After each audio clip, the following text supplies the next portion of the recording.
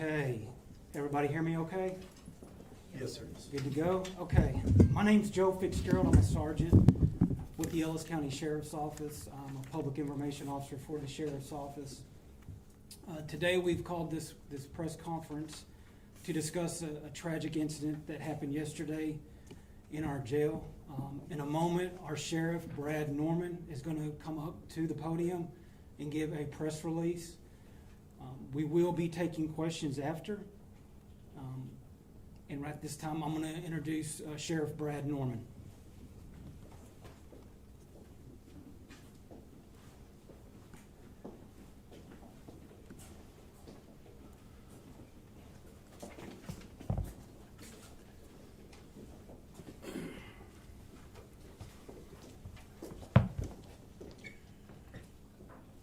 Good morning. It's with great sadness that we stand here today and acknowledge the loss of one of our own. Isaiah Bas, 28 years of age, was a dedicated detention officer with over 6 years of service to the Ellis County Sheriff's Office, where he served as a detention officer from January 19, 2016 to December 15, 2016, at which time he left to go to attend Navarre College. Isaiah returned to us February 14, 2019, until his tragic death yesterday. Isaiah was an explorer with the Ellis County Sheriff's Office, Explorer Post number 106, for over 2 years before he was able to even serve in an official capacity. The officer's dedication to ensuring the safety and security of our community will never be forgotten. On behalf of the Ellis County Sheriff's Office, I want to express our deepest condolences to Officer Isaiah Bas, his family, friends, and colleagues during this difficult time. The Ellis County Sheriff's Office is providing support to those affected by this devastating loss. As far as the investigation goes, on Monday, December 16th at approximately 3:45 p.m., the Ellis County Sheriff's Office personnel responded to an incident in the Wayne McCollum Detention Center, which is the Ellis County Jail, where an inmate assaulted Detention Officer Bas.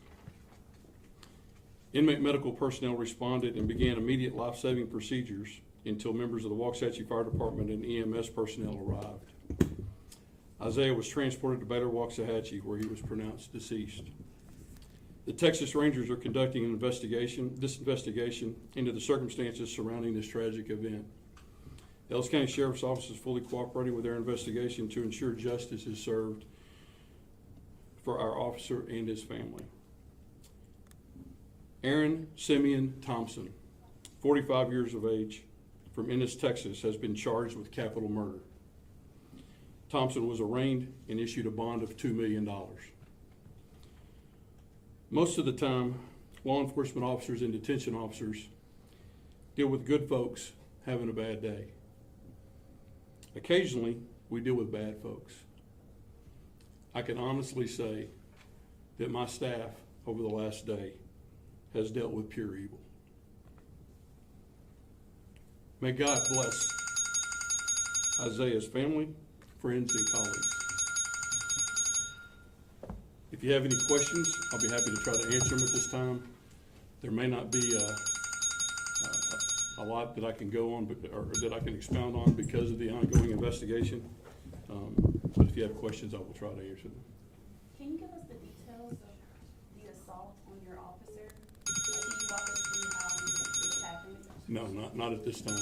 He was physically assaulted by an inmate in a cell area in a inmate holding facility while the officer was doing his daily job. Sheriff, I want to say I'm sorry for the condolences to each and every one of you in this room right now. Can you share a little bit more about who this officer was? I know you said he was young, but just who was he as a person and as an individual? Isaiah was 28 years old, and I first met him when he was about 14. He became an explorer.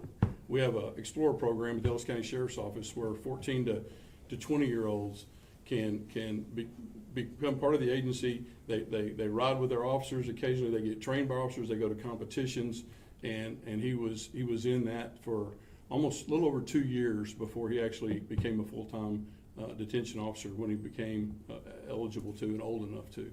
And then he came to work for us in 16, like I said, for almost right at a year. and then he quit for a short time for a couple of years and went full-time and attended Navarro College.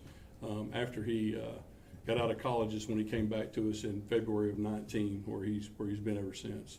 I spent time with his family last night. His mom, his sister, and her husband. When Isaiah was a detention officer here, or excuse me, when he was an explorer here, his younger siblings, he's the oldest of the kids in his family, and the younger siblings actually came out and acted like actors, bad guys, when they would do scenarios, when they would do their training. And I walked in and his sister said, yeah, recognized me from back then. But no, he was a very family-oriented person.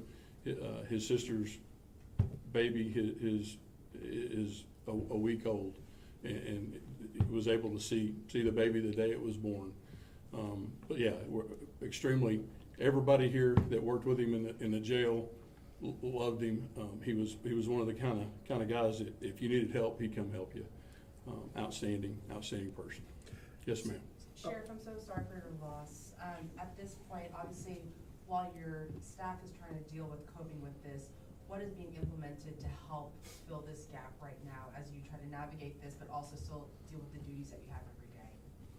So we've got a mental health coordinator now for Ellis County, and she's been here. She was here last night. She's here now, as well as from members from North Texas Behavioral Health Authority are here, offering one-on-one counseling and that kind of thing to any of our staff. We're going to have everybody cycle through, and we would definitely want to get them whatever they need to be able to deal with this. That's a priority. Our priority in the jail is keeping our staff safe, and as well as keeping our inmates safe. And but yes, they're helping greatly in that way.